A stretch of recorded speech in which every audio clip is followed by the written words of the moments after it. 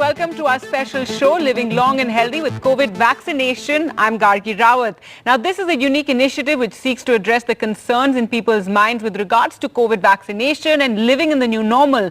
The risk of COVID infections continues even as we've reduced restrictions, and now the numbers are climbing up once again. We're on the brink of another surge, and vaccinations is the only way that we can counter these infections. Today, we have with us experts to address the concerns that you may have regarding vaccinations. Joining us today, we have Dr. Rajiv Bhagwat, interventional cardiologist at Nanavati Hospital and Heart Institute, Mumbai. Dr. Anand Pillai, consultant interventional cardiologist at Director Anantapuri Hospital, Research Hospital, Kerala, and Dr. Ipsita Ghosh, consultant endocrinologist at the Narayan Memorial Hospital, Kolkata. Thank you so much, doctors, for joining us today. I'd like to start with you, Dr. Rajiv Bhagwat. Can one still transmit COVID after the vaccination? Now, one need to understand that once you're injected with the vaccine, the response of the body is to produce IgG, a very powerful class of antibodies which are actually in the internal organs, deep-seated in the tissues and in blood. So any virus entered bloodstream is quickly neutralized by these IgG antibodies. There's another class of antibodies called IgA, which are more on surface of the body, especially nose, throat, the gastrointestinal tract, the respiratory mucosa, and of course lungs. So any virus that is on the surfaces is quickly neutralized by these specialized IgA antibodies, which the body needs to produce in large quantities to prevent COVID infection and also to reduce the severity. Now, it's logical to assume that people who recover aren't actually spreading the disease. However, it's going to take a long time for research to reveal how well vaccines actually prevent transmission of disease. At the same time, it's very important to understand that COVID appropriate behavior like using masks, social distancing, to avoid close spaces, and to avoid close contact is going to be there for years to come to actually take care of the pandemic even after vaccination. All right, so Dr. Pillai, then does one need to wear a mask and avoid close contacts with others even if they received both doses of the vaccine? The answer to that is an emphatic yes. Even if you are vaccinated, you need to wear the mask. And we'll come to the reason as to why. When you look at the data, when they're talking about 80% effectiveness, 90% effectiveness, what that means is there is still a 10% or a 15% chance of actually getting exposed and getting infected. But you will not get any severe disease. You will not get bad disease to be hospitalized. And that protection is almost 100%. So that data is not something which is published that well. And I think that is what needs to be published. So 100% protection against severe infection, getting hospitalized, and 100% protection against dying from COVID and so on. But there is still a slight chance of getting exposed and getting infected. And likely you might have a mild infection, and sometimes you might even be asymptomatic. So even if you're fully vaccinated, you could get mild infection or asymptomatic infection. And you need to be wearing a mask in order to protect yourself from even getting that. Right. So even if one is vaccinated, continue with the COVID protocols, not for yourself, but for all the others around you, for your near and dear ones, your loved ones, your family. Dr. Ipsita Ghosh, there are many people who are also, planning a family, and they're wondering whether it's safe to get the COVID vaccine. That's also a very important question, as none of the vaccine trial chose to include pregnant individuals or those planning pregnancy. So the direct knowledge is limited. But some trial patients inadvertently became pregnant. So the CDC, that's the Center for Disease Control and Prevention, has been tracking around 30,000 individuals who became pregnant after vaccination, and out of which around 1,800 have given detailed description of vaccination and pregnancy pregnancy outcome. So far, there has been no reports of any birth defects or preterm deliveries, stillbirths or miscarriages, nor were there any evidence of any fertility issues among these individuals. But these human trials did not focus themselves on studying the effect on fertility, but the animal trials showed no infertility amongst those subjects. But if you ask me, I would suggest that if an individual gets an opportunity to get vaccinated, that person should get vaccinated, as it is the best way to ensure yourself and your pregnancy outcome to be protected. Right, and that'll be a big concern, especially when they open it up to, lower age groups as well in this entire vaccination drive in the next phase. Dr. Bhagwat, it was earlier believed that people on ACE inhibitors were at higher risk of COVID.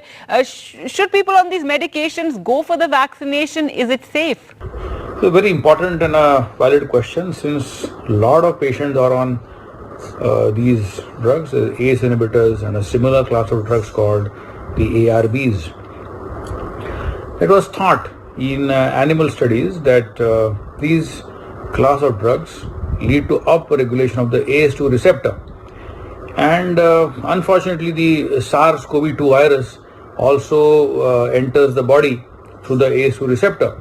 So upregulation of receptor means more receptors for the virus to latch on and to cause severe infection. However, investigators, researchers did not find any correlation on this hypothesis in human trials. So it was concluded that patients with ACE inhibitors and ARBs should continue taking these drugs, and there is no risk of any additional or severe infection following this COVID-19 infection. Right, Dr. Pillai, and is there any special care that women can take to reduce the risk of contracting the virus? Well, I'm not sure if that question is that relevant, as I have not seen any data as to if women are more at risk of getting infection or they are at risk of severe infection if they do get exposed. So apart from everybody else, I don't think there is anything in particular that we need to be advising women about. But as doctor had pointed out, as of now, lactating and pregnant women are recommended not to be taking the vaccine. Which is more so out of caution. It's because these category of individuals were not part of the trials. And there are trials which are being conducted, particularly in children. So the US vaccine, Moderna, is actually testing children, and we can expect pregnant women and lactating women to be tested on a trial basis in some of these trials. And once those data come out, we might have some more reassuring information as to if they can be vaccinated. As far as pregnancy is concerned, I was going through some reports and those were quoted from the Mass General Hospital. There were doctors who had got pregnant after vaccination, and it was found that the antibodies were transferred to the fetus, so possibly through the placenta. At the same time, there were doctors and patients who were breastfeeding post-vaccination, and these antibodies have been transferred through breast milk to the newborn child, thereby protecting the newborn from the COVID-19 infection. So what do we infer from this is it's very safe for the pregnant ladies who are at high risk of a COVID-19 infection to get vaccinated. So very clear-cut message, and the Indian vaccines are possibly even safer. All right, that's an interesting take on the gender question here. Now, Dr. Ghosh, post getting the vaccine, what should people do if they experience fever-like symptoms? Many talk about headaches. What should they do if they get this after the vaccine? There are two kind of symptoms that we generally get after vaccination. That is local, which is local pain, tenderness at the injection site, which can be treated locally, and fever, headache, myalgia or muscle weakness, muscle pain, along with that lethargy. These are very common symptoms which may be associated with vaccination. I can suggest that one must get in contact with their medical advisor, because popping the over-the-counter drugs may not be absolutely necessary. Like paracetamol, ibuprofen, and acetaminophen can be given, but we must seek medical advice before that.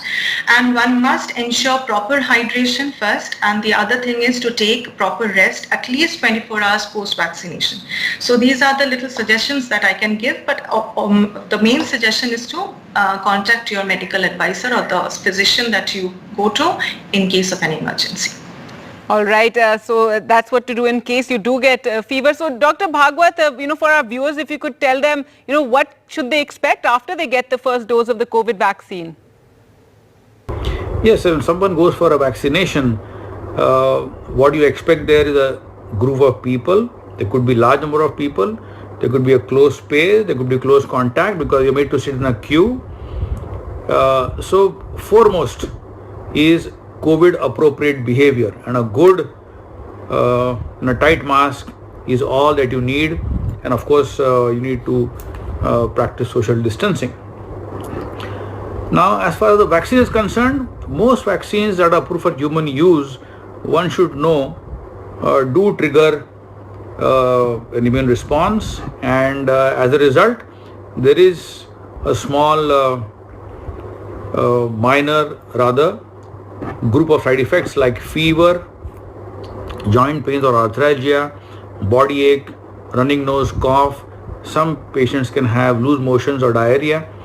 These are usually minor side effects. So that's good to know and should be reassuring for our viewers. Well, with that, we'll just slip into a short break and come back with more. Do stay tuned.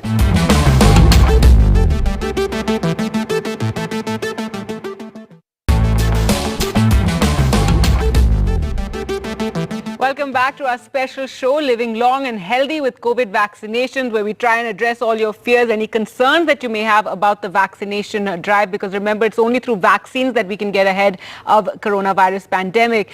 Joining us, we have our doctors with us. And Dr. Pillai, I'd like to ask you, for our viewers, what should people expect when they go for their vaccine appointment? It'll be good if they can register online on the CoWIN platform or the Aarogya Setu app. Even if you're not able to, you can do a spot registration.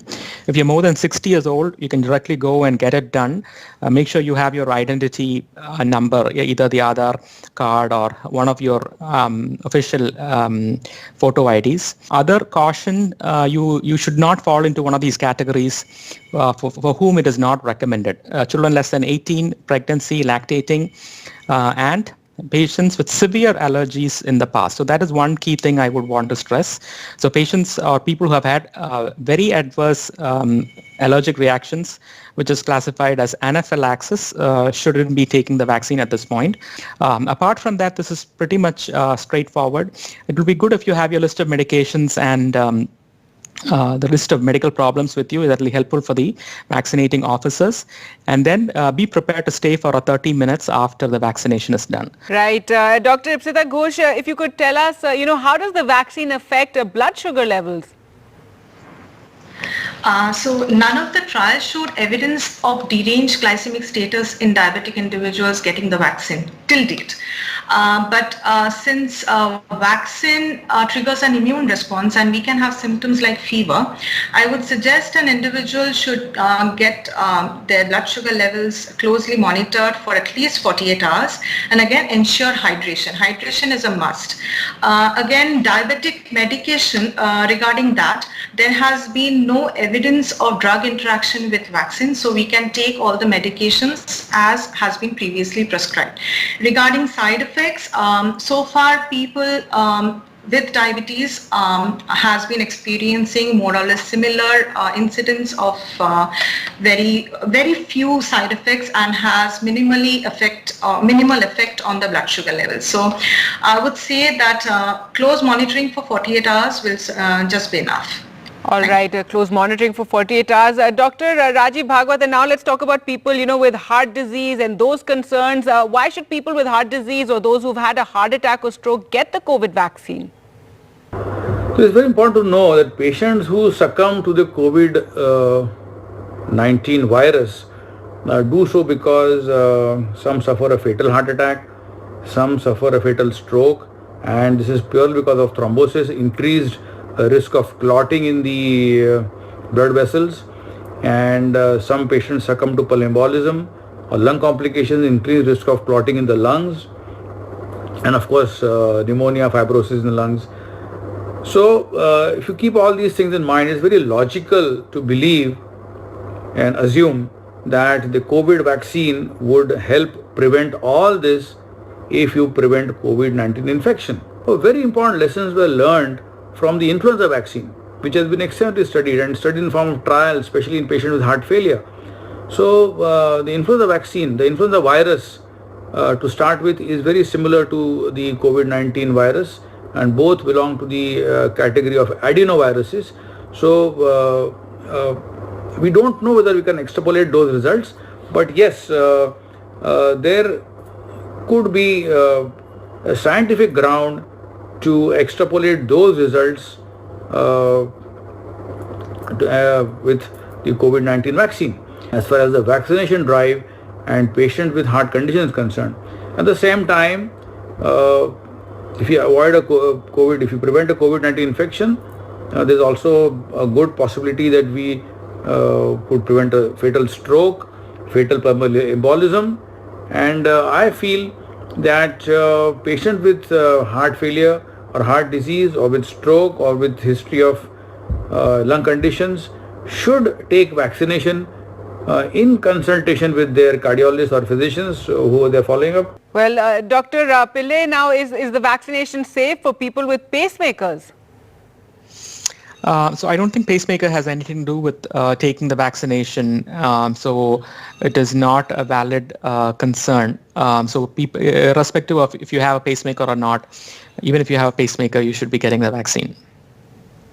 All right. So no concerns about people with pacemakers. They just need to go ahead and get that vaccine. Now, Dr. Ghosh, what are the reasons for an increase in disturbance of sleeping habits? That's something that's being talked about. Two disorders: insomnia, characterized by difficulty in falling asleep or staying asleep with adequate opportunities, and circadian rhythm sleep-wake disorder, which is the delayed type, that is difficulty in waking up in the morning or falling asleep in societal normal time. These are the two sleep disorders that has been severely affected by this pandemic. Mainly, there are many mental health problems as well as physical health problems which may lead to sleep disorders like depression, post-traumatic stress disorder, panic attacks or anxiety disorders. Again, acute and chronic pain. These may also impair sleep habits. So I would suggest to include some self-care practice in your daily routine, like unwinding yourself, doing something which gives you pleasure or you enjoy yourself effortlessly. Or if you're awake and you're having difficulty in trying to fall asleep, what you can do is take a break from not trying to fall asleep, but shift your focus on resting, like reading or listening to music, hopping on some exercise equipments, maybe too activating or orienting yourself for the next day, maybe may not be so restful. So these needs to be avoided. Hopefully they can overcome it and the vaccine drive there can move rapidly. Thank you so much, Dr. Anand Pillai, Dr. Ipshita Ghosh and Dr. Rajiv Bhagwat for joining us on the show today, and hope that people are relieved and are more comfortable going ahead and getting that vaccine. So do remember, if you're eligible, do go ahead and get that vaccine. That's the only way we'll get ahead of this pandemic. Thanks so much for watching. Goodbye.